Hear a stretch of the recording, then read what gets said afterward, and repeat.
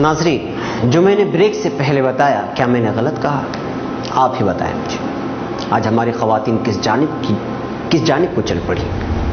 میری بہنیں اپنے دل پر ہاتھ رکھ کر مجھے یہاں بتائیں کہ پتہ نہیں ہم میں سے کتنے ہیں جو سالوں سال سے اس خطرناک بیماری کو اپنے ذہن و دماغ سے بٹھائے ہوئے کئی گھنٹے صرف کر دیتے ہیں. آج تک کچھ ملا ان کو ان سیریلوں سے؟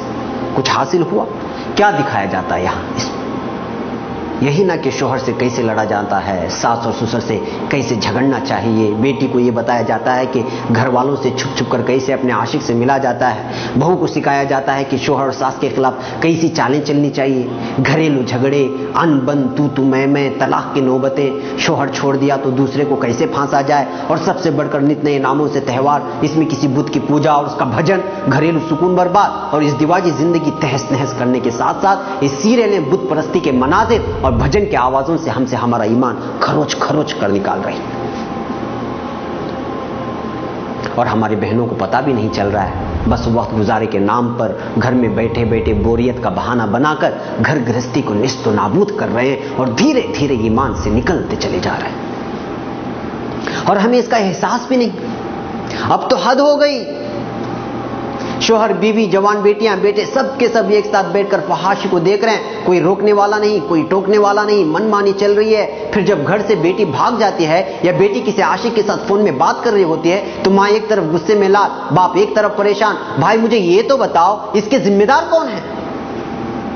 آخر کیوں تمہاری اولاد تمہاری نہیں سن رہی ہے؟ تم ہی تو تھے جو بیٹیوں اور جوان بیٹیوں کو ساتھ میں لے کر، بچوں کو ساتھ بٹھا کر سیریل کے فحش مناظر دکھا رہے تھے، حیا باختہ مناظر کے ساتھ ساتھ عشق و معاشرے کی گفت و شنید سنا رہے تھے. آپ وقت گزاری کر رہے تھے اور آپ کی بیٹی اس مناظر کو لے کر ایک حسین خواب بن رہی تھی. وہ تو آسمان کے تاروں پر زندگی بسانے کی سوچ رہی تھی. موقع ملا تو اب اس نے بھی بغاوت کر دی. اب شکایت کرنے سے کیا فائدہ کہ بیٹی بھاگ گئی، لڑکا بگڑ گیا، بات نہیں سنتا. وجہ تو آپ ہی بنے. ناظرین، آج کی اس ترقیات نے ہمیں کہیں کا نہیں چھوڑا. ان ڈراموں میں سب سے زیادہ مرعوب ہماری نوجوان نسل ہو رہی ہے، جبکہ یہی لڑکیاں آگے چل کر ایک خاندان کی بنیاد ڈالتی ہیں. آج خواتین، بہو بیٹیوں اور بہنوں کا موضوع گفتگو یہی ڈرامے اور کہانیاں ہو کر رہ گئی ہیں. اور جب ایک جگہ جمع ہوتی ہیں تو آپس میں اسٹوریاں سنانا شروع کر دیتی ہیں. اور افسوس کا مقام یہ ہے کہ اس کو اتنا فیشن اور ماڈرن بنا کر پیش کیا جا رہا ہے کہ اچھا خاصا دیندار کہلایا جانے والا معاشرہ بھی اس کو معیوب نہیں سمجھتا.